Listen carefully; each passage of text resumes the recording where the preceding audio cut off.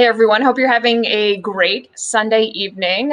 We are going to be talking about something that a lot of you are probably talking about and have so many questions about cryptocurrency, and specifically here in South Florida, how cryptocurrency is now playing a role in the real estate market and what some of those changes are. I have two great guests today, Eric Cornell, financial advisor, and also Bonnie Heatzig, who's a realtor here. I've done many stories with both of you. So first of all, thanks for joining us. Thanks for having me. Thanks, Tori. Okay, so we met in recent times and we put together a story about cryptocurrency and how it's playing a special role here in South Florida. So let's watch that first. The real estate market is so competitive right now, with buyers from the Northeast making cash offers, that many people are now turning to creative ways to buy houses, including using cryptocurrency. These are terms considered, and look at this. Cryptocurrency. Bonnie Heatzig says there's something new on the real estate landscape: cryptocurrency. Some are full cryptocurrency offers. Some offers are 50% cash, 50% cryptocurrency. It can be seen on South Florida MLS, a place to search listings. And certainly indicative that cryptocurrency is on the rise. Sellers can now indicate whether they will accept a cryptocurrency in an offer. We are seeing an uptick in Bitcoin and cryptocurrencies being offered for real estate. Since the pandemic, South Florida has seen a large number of very tech-savvy titans and finance titans coming in from Silicon Valley and New York, and these are the people that are making these cryptocurrency offers. Tim O'Leary is Vice President of Portfolio Development for Idonis. He deals with the Swiss payment token, calling it a native cryptocurrency. IDON has been utilized as a method of payment to acquire properties from Alaska to Florida and the Caribbean, making real estate offers in South Florida in crypto. There is obviously hesitancy with cryptocurrency in general, but with Bitcoin's more mainstream approach, it's becoming a little bit more commonplace. But what is cryptocurrency? Cryptocurrencies essentially are cash for the internet. They're held in token form, virtually. Eric Cornell is a managing director with Ameriprise Financial. He says it's derived from complex equations. There's actually quite a few different cryptocurrencies. Bitcoin is just the most popular. He says the privacy of cryptocurrency leads to a bit of skepticism in the U.S. Some just now seeing crypto as a viability, but the volatility leads others to shy away from it. I think it's not as widely accepted because there's no paper trail. So does that make me feel more comfortable? Probably not. I mean, cash is still cash, but at the end of the day with cryptos, I know people are accepting them a lot more. He says the lack of a middleman can lead to cheaper, quicker transactions. In my opinion, I think that cryptos are going to be around forever. Heatzig agrees, especially with international buyers who can avoid exchange rates. I do believe that there is a path in the future in real estate to embrace cryptocurrency as an acceptable means of exchange. Both say the high stakes require you to educate yourself, talk with a reputable financial advisor, make sure you go through a reputable company as well. There is an awakening or an interest in cryptocurrency. Tori Dunnan, WPTV News Channel 5. All right, so that's kind of a good little overview, but I'm sure there are a lot more questions. So I want to kind of go back to the basics to start. And Eric, I'm going to go to you for that. Can you really lay it out in the most simple terms possible for people who maybe don't even have the financial background or understanding? What is cryptocurrency and what are people getting involved with when they buy in? So cryptocurrency is essentially, as I mentioned in the interview, it's cash for the internet. I mean, I think a lot of people right now use, apps like Venmo. And that's a good, I guess, a good comparison there. And that Venmo is actually obviously based in U.S. dollars, but and when we use it here, but ultimately, that it's a lot like that system of being able to take payments, make payments, and it's a fiat currency. Like most of the currencies aren't backed by it's not backed by a physical commodity. It is essentially, decentralized, where it's a peer-to-peer type of currency, and it's not. It doesn't have any type of government interaction or manipulation capabilities. All right, and we talked a little bit about how it's sort of derived from these complex equations. What does that mean to someone who's sitting at home and thinking like, okay, is this a token online? Like, what are we talking about? What does the equation sort of equate to? Yeah, the equation is, cryptocurrencies run off, and especially Bitcoin runs off of a technology called blockchain. Blockchain is essentially a way of keeping books and records on transactions. When the coin was mined, what it's been used for, so on and so forth. And it's that particular technology and algorithms that allow people to find value in a virtual token. Okay, Bonnie, I want to bring you in a little bit, because here in South Florida, we've really started to not necessarily, you said, see the offers being accepted, but the offers are being made right now in cryptocurrency. And talk about what's happening in the market that's sort of getting us to that point where people have added cryptocurrency as a way to buy a house here. Right. Well, I mean, you're right, 100%. I mean, we are seeing cryptocurrency creep into our marketplace as a means of exchange. It's hard to know what's driving our market right now. We have very, very low inventory. It's very competitive. But the sellers, I'm finding, are just not warming up 100%. They have not fully embraced cryptocurrency. Like you just said, the accepted offers are rare. I think it's due to a lack of familiarity and, the volatility like we've just talked about. So. All right, so Eric, talk to me a little bit about, someone's sitting at home and they're thinking about cryptocurrency. You talked about it being Venmo, right? Can you kind of go through that in more detail, like how it relates? Because I think the average person understands Venmo for the most part. Yeah, I mean, it's essentially a way of paying for goods and services. Somebody has a virtual wallet. You send Bitcoin to a virtual wallet, and you hold it in a virtual wallet, just like you would, send Venmo to somebody's account, and it credits them for the dollars that you sent. So you can sell it and transfer it back into your bank account, or you can continue to hold Bitcoin. The challenge to Bonnie's point earlier is that the swings in volatility have been what have caused it to not be, I guess, quite as mainstream or accepted, because if it's worth $50,000 one day and $19,000 the next, people don't see it as a store of value, which is one of the critical aspects of actually a currency. One of the critical designations of something being a currency or a currency that's issued by a government. It's got to have a store of value. So where does the volatility come from then? Typically you'd see, it's like anything else, supply and demand. The one thing that these cryptos, or at least Bitcoin, has that going for it from a standpoint of people being able to possibly get behind it, is that there's a finite number of coins that are going to be mined. That finite number is 21 million. Right now, there's about 18.6 million that's being used and has been mined so far. Once they get to the 21 million, then it's done. So it will be purely based on supply and demand.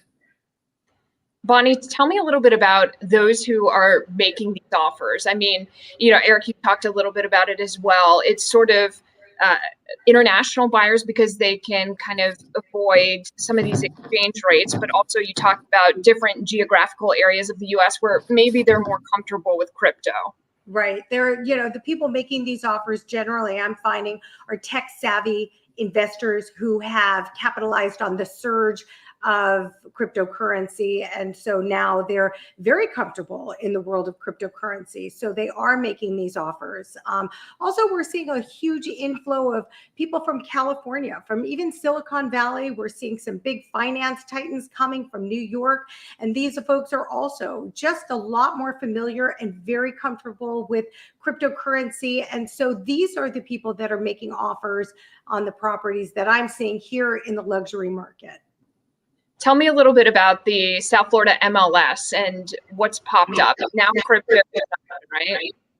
So interesting. So, on the horizon now for realtors, when we input a listing into the MLS, we can we can stipulate on the listing what kind of offers that the seller will accept: cash, VA loan, conventional mortgage, and now there's a new box, and it's cryptocurrency.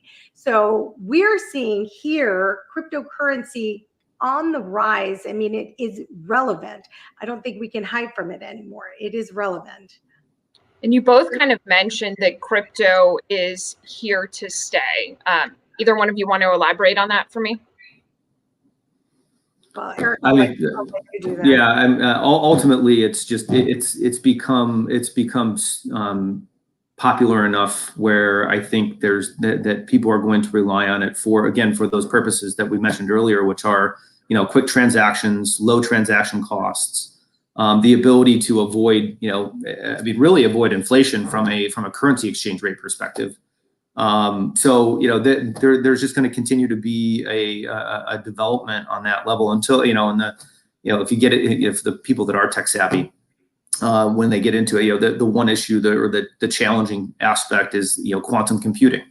So Bitcoin, just in general, and I think all cryptos see that as kind of a little bit of a risk. And when it becomes very easy to start mining these coins and creating these cryptocurrencies, based on the level of computing power everybody has access to on a day-to-day basis, I'm sure they'll figure out a way around it. But I think that as we continue to move forward, especially given health concerns, money is just going to be less and less common in terms of cash. But the cryptos, I think, are going to disrupt a lot of industries with what they're offering. And Tori, I would just add to that on the real estate front, it's hard to say if it's here to stay, but I think we definitely are seeing indicia that there is a path for it to play a role as a means of exchange in real estate. Like even the MLS is recognizing it with the cryptocurrency as one of those items that you put in for a listing. And now we're seeing people making these offers, even buyers presenting proof of funds in cryptocurrency. So the sellers right now aren't comfortable, at least the sellers I've been dealing with, in accepting the cryptocurrency. They want everybody to convert it to cash for closing. But again, it's definitely making its way into the real estate market. So that kind of leads to the question you might see at the bottom of the screen here. And I don't know if you're going to want to answer this or not, but from a tax perspective, if you cash out, what happens? I'm assuming you're asking me, but unfortunately, yeah, it's challenging for me to get into the tax aspects of it, just because of the fact that I'm not an accountant.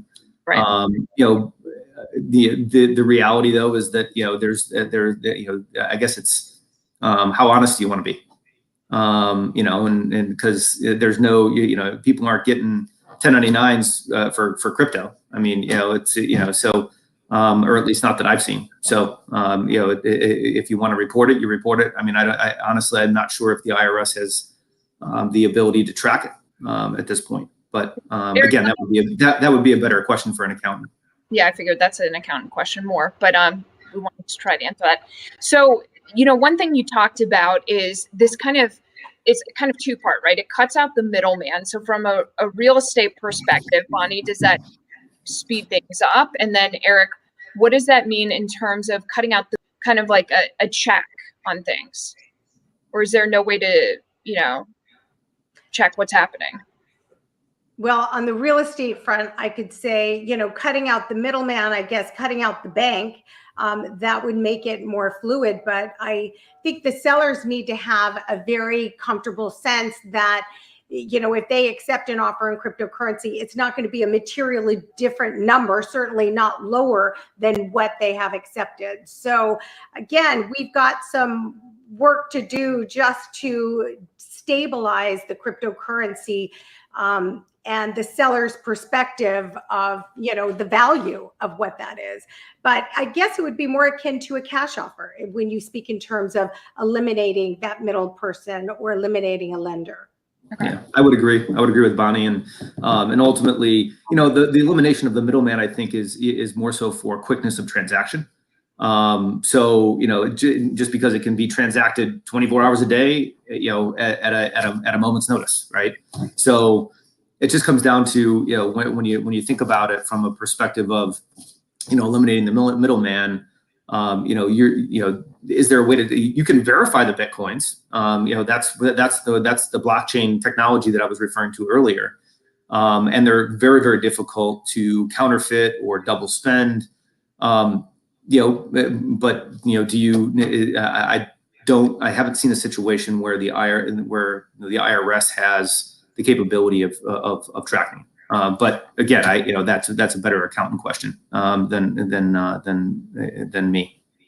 For the average person, I mean, I think kind of one of the things I continue to hear is that people have just sort of a skepticism of crypticism or of cryptocurrency, and I assume you hear that on the real estate part when you get the offers and in regular life.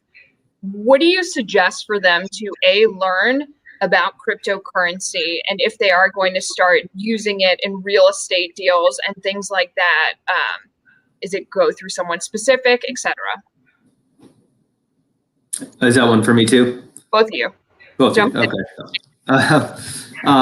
Technically speaking, again, I can't recommend it. Because most major wirehouses are not recognizing it as being a store of value. So it's more of a speculative investment. And then when we talk about, there are very popular sites, and those are just I think relatively commonly known. I mean, the most common known at this point, I think, is Coinbase, because they went public at $100 billion valuation, less than a month ago. So it's just, that is, that's who I hear about the most. And ultimately, I think, just even using it once or twice, and not that I'm recommending somebody does, but if you really want to understand it, using it once or twice, just like anything else, is going to make it a little bit more of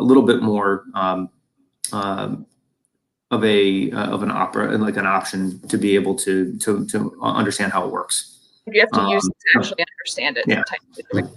Okay.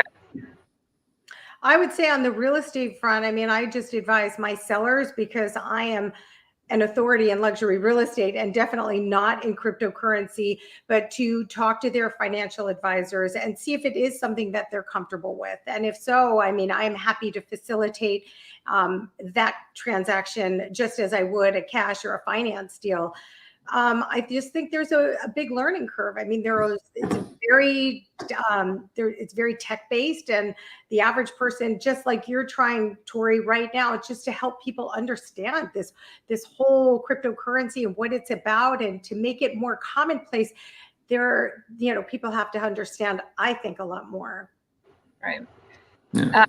Go ahead. Sorry, Eric. Yeah. The one thing I was going to just add to that, because I think Bonnie's dot on, is, I think a lot of the skepticism comes from the volatility of the price. It's not necessarily that people, I think, are worried about losing the bitcoins or not, or them not, or being fake or what have you. I think it's just the aggressive movements that they hear about in the news, that they see on a day-to-day basis if they follow it. That's one of the biggest areas that I would think people would be skeptical about. All right.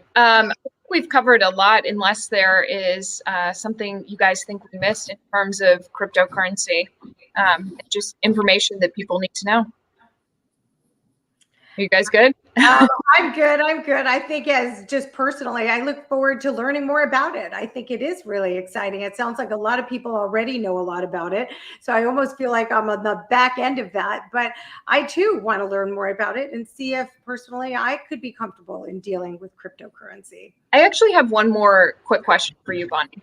When we're seeing these cryptocurrency offers as part of real estate deals, is it to compete in this cash market that we're seeing because of the influx of people moving into South Florida? We've done a lot of stories on this, but is it a way to kind of even up that cash offer more? Like, hey, I'll offer you full in cash plus X amount of cryptocurrency? I haven't seen it on top of a cash offer. Cash is king in real estate. That is what's accepted, quickest, it's very quickly. People are most comfortable dealing in cash. Is it offered as a bonus? I haven't seen that. I've seen offers that have been half cryptocurrency, half cash, or all cryptocurrency. But again, I haven't seen it used as an incentive. In fact, I think cash is the strongest currency right now in the real estate market, as far as a seller's perspective, as being a firm, solid deal and being able to close it at the same valuation at the time you enter into the contract. I gotcha.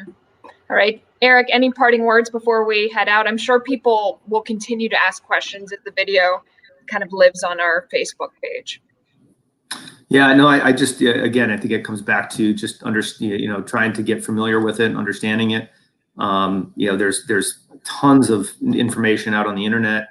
And again, it would be foolish to think that this is going to go anywhere. I mean, I think that's just going to become more and more widely accepted. So we're hitting the topic right then.